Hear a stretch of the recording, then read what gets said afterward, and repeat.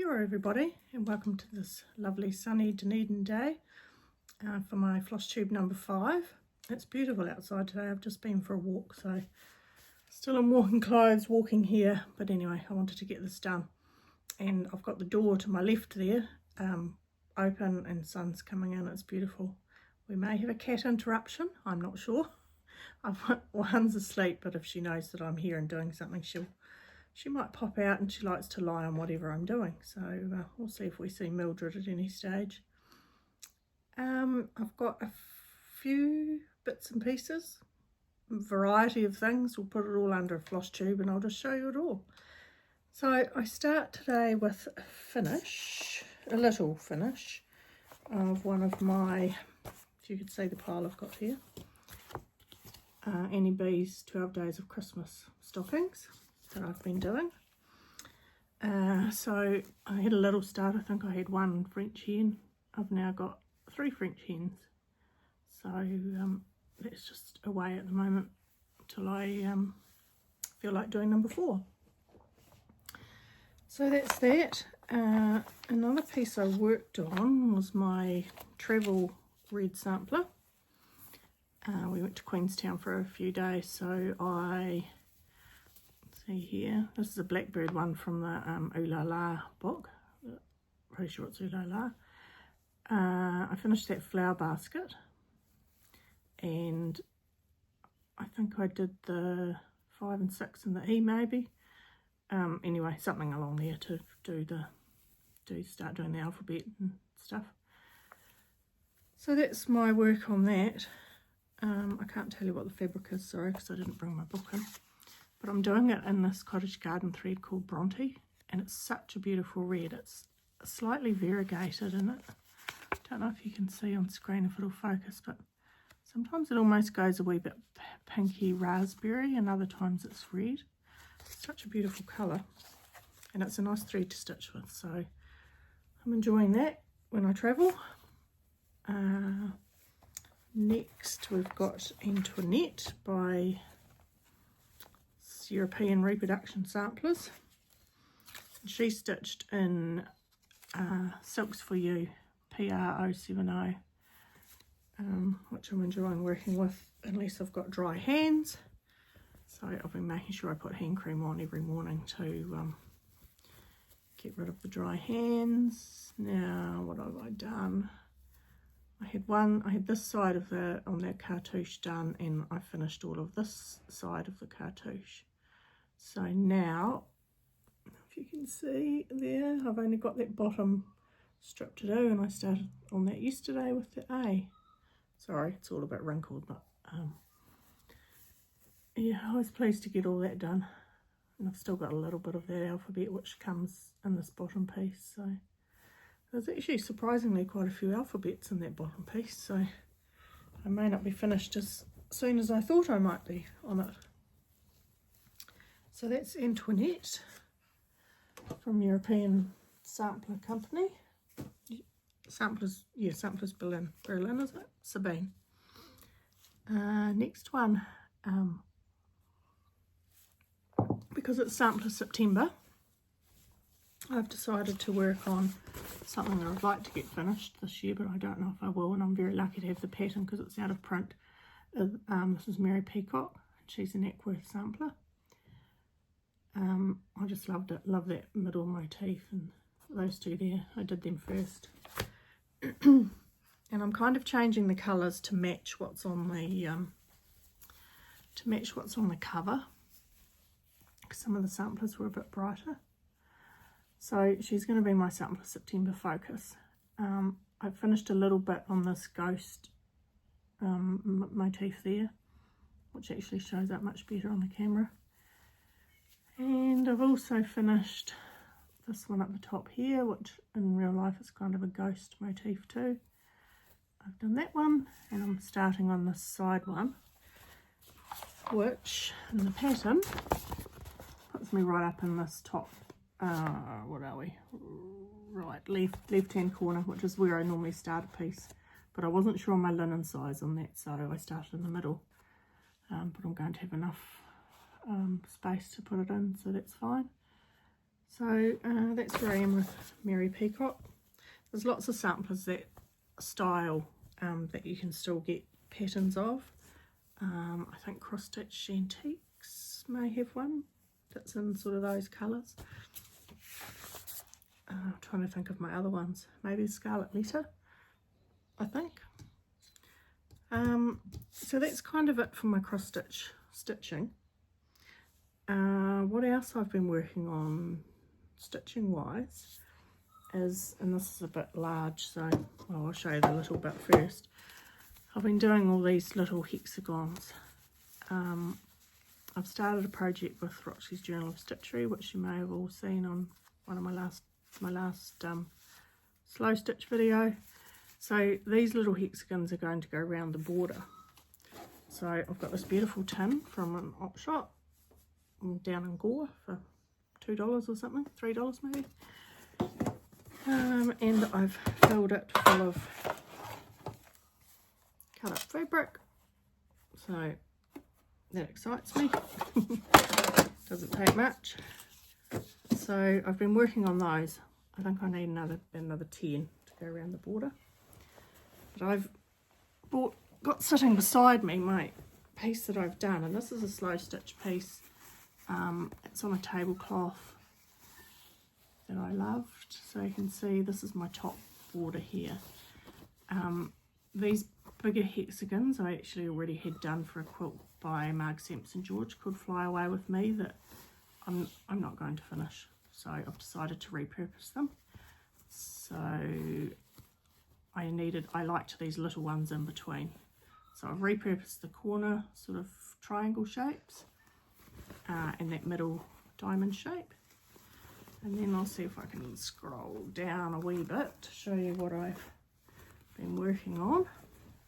It's a little bit cumbersome, but the couple of most recent prompts was Granny Chic. So I popped on that bit of Sanderson fabric. I've done some thread painting for focus. It's quite heavy to hold. For focus there. On those daisies. And I've got this heart, which was a heart that I don't know how I've got it. Mum made it for something, so I've popped that on there. And the bow and the little tiny beads on the bow are from Nana's bead tin, which I should have got out. It's kind of the famous bead tin that I actually opened when I was a little girl in their wooden floor. I was standing on a wooden floor in their laundry, and the beads went everywhere, and the little blue beads went down in the cracks in the wooden floor, and honestly they're probably still there. But I'm just about to run out of blue beads, so I've used all of those. This week's prompt was to put on some of your own embroidery. So I've had this bird floating around my studio sewing room, whatever, for a while, and I thought I'll just try it there. It was embroidered on a square and it just never seemed to fit, so I got brave and I just cut around it, and it was like, oh, that's made, it's made for that space now. The F initial I embroidered earlier on in the year when I was doing some, just using the old transfers and ironing them on, so I just had to play with that. And I've got a bow that was sari ribbon that came off something. Bit of canter stitching in the background there in that pink. And then I've put a piece of lace here with a vintage French laundry label and a wee bit of old doily. So that's my project there for Roxy's Journal of Stitchery. If anyone wants to see what it is, if you look at Roxy Creations by Sarah and then Roxy Creations by Rachel, and I'm just thinking I'll link their channels below if I know how to do that. So that's what I've been doing there. I've also got a couple of patterns this month, or in the last couple of weeks. I've got another couple of animal crackers, Clovis. I had an elephant and I just wasn't sure what I wanted to just stitch the elephant. So I got another couple of ones. Actually, and this was stitched up. I got these in Stitch Witches in Dunedin, which if you look up Stitch Witches, you'll Stitch Witches. you'll find their website. And this was stitched up in the shop, and it looked really nice, so I got that. And over there in the pile, and the other thing I got, I'll take out of it, was the new Scarlet Letter pattern. I love these, they're beautiful. So I've thought of maybe just doing one of them and seeing whether I can get it finished. But then I've got Peacock Unicorn and a Badger started, and I just think if I'm stitching on there, that could be stitching that goes into Peacock Unicorn and a Badger. So I'm just not doing either at the moment. I'll see where we go. But I do enjoy that sort of fill-in stitching. Outline and fill in. Another thing that's been keeping me busy, and I don't know where this came from and where the need to do this came from, but I've made a junk journal. I haven't made a journal for ages, but let's see if I can do a wee bit of a flip through. I just had a whole lot of bits of paper that I was tidying up, things I'd kept, and what's that? I'll get up in the society the other day. I don't know, I just had things, and I thought I just need to put them somewhere. I feel like I need to make a junk journal. So, oops, over there. So I did. Had a whole lot of Edith Holden pages,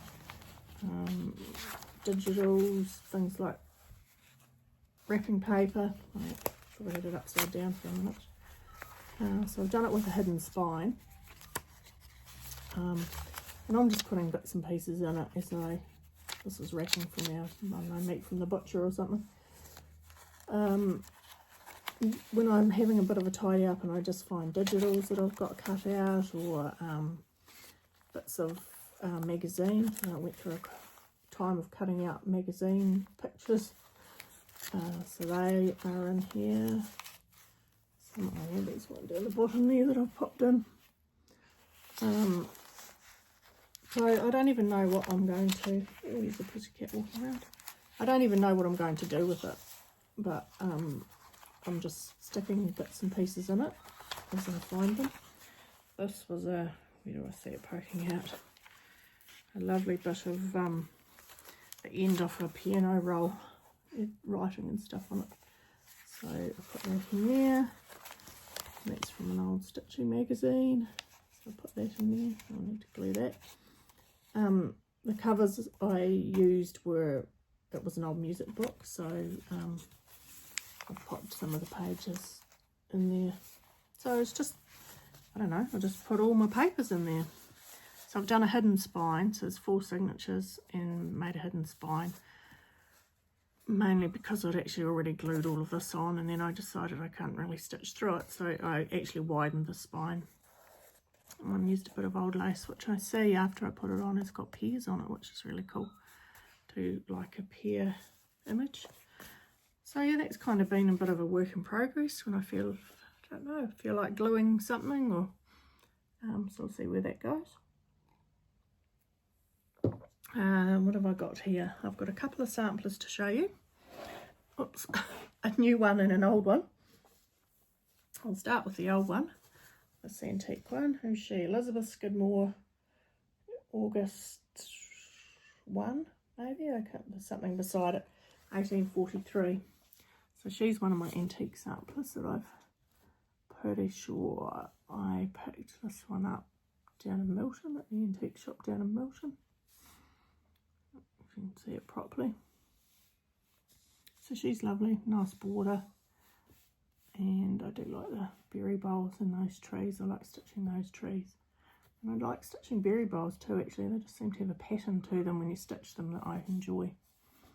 So, oh, there we go. So yeah, so, see the reflection, how sunny it is outside my house. So she's one of my antique samplers. Oops, careful, sorry about that, Elizabeth. And then there's a few people at the moment stitching Louisa Colamore by Hands Across the Sea samplers. So I've just brought mine to my finished piece to show you, to egg you on, Lee in particular. So I stitched mine a letter a day.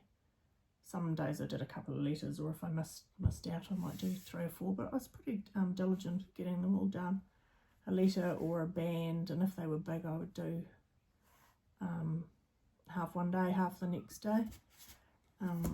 So she's stitched on Vintage Country Mocha, and she is Silks for You, I did look it up, PR126. So it's a variegated silk, and I think I used about half a hank to do it, but I won't be stitching anything with that half a hank at the moment because I got sick of stitching with thread. So that's why I went for black for Antoinette, which was my next one, and I had the silk too, so good to use that up.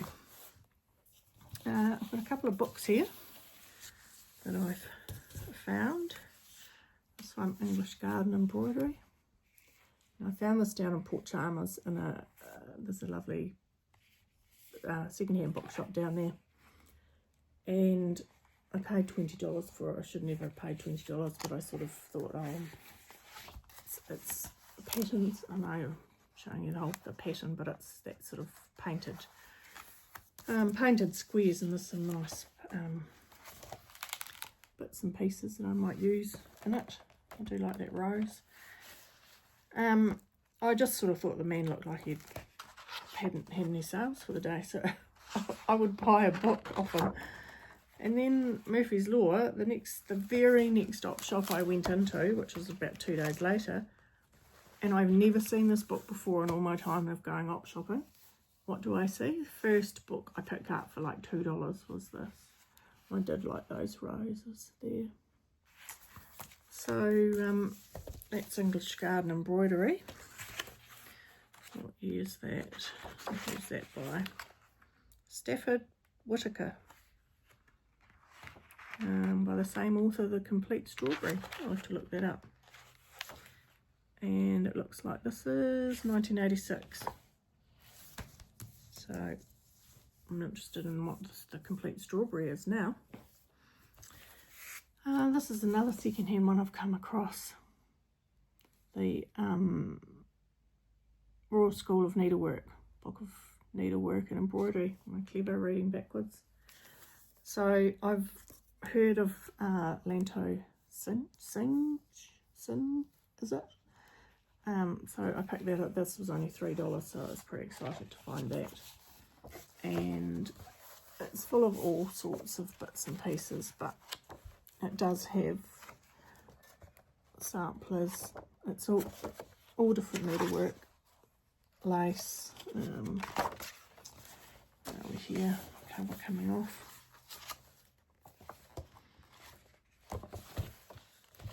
There's just this history, there's embroidery, and it's just beautiful. Some black and white, some colour.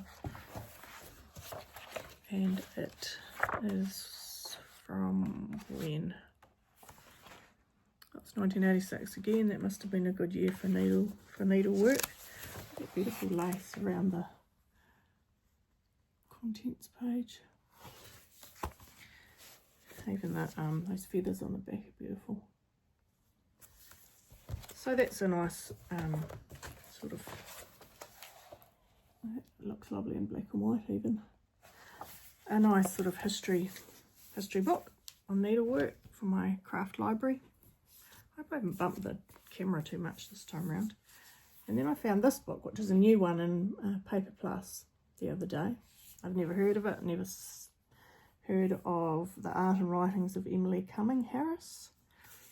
I think it's a book, yeah, it's from Te Papa Press. So Emily Cumming Harris, 1837 to 1925, was a vibrant writer of poems, letters and diaries, and the painter of exquisite and important botanical works of art. So this is her, of course I pick a page with just writing to show you some of her work.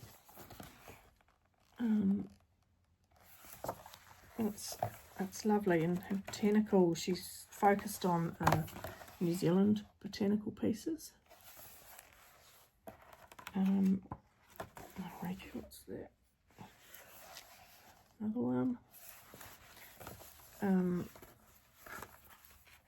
I'll read you it. I was interested in the start of it when I picked it up. She's got the botanical names there, but they're just beautiful. Lovely to look at for doing needlework and colours and that kind of thing.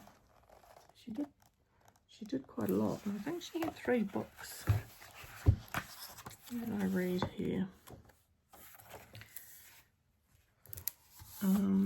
This intrigued me. As the world turned upside down in August 1914 and scientific delegates from the Northern Hemisphere sailed for home sooner than planned, Emily Harris, 77 years old, wrote to the keeper of botany at the British Museum. I've been looking forward for months to the visit of the scientific visitors to New Zealand, and now this dreadful war has altered everything. I am a New Zealand artist, and for a great many years have restricted my work to New Zealand subjects, flowers, birds, ferns, berries, grasses, etc. In 1894, I sent 3 books to the Botanical Department of the British Museum, for which I received a letter of thanks. You may have seen them. Flowers, berries and ferns. I do not remember if they were coloured, as numbers were sold uncoloured, but later I coloured a great many by hand. So I thought that was really interesting. I've never heard of this artist. I thought that was lovely. So I think maybe the books, there is a chapter in here called The Lost Books or something. So I'm thinking maybe the books that she was referring to then actually went missing and they were then found. So yeah. So I thought that was interesting.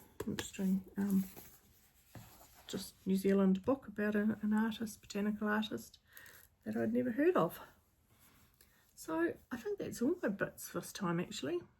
I'm working on a new mini quilt for September mini quilt, and the theme for that's Hawaiian, so I'm channeling a bit of inner Hawaiian. And that's about it. I'll have a Roxy's prompt every week. I'll have my normal Antoinette and hopefully get a lot of work done on Mary Peacock this time around. So thanks for watching, and thanks for all your lovely comments. Actually, I should have said that at the start. All your lovely comments on the video I did with Susan and her samplers down at her place. We were hoping that she would get back Louisa Barney and Dutch Beauty by now, but they haven't arrived, so I thought I'll just fit in a quick floss tube now, and then when her pieces arrive I'll film them again.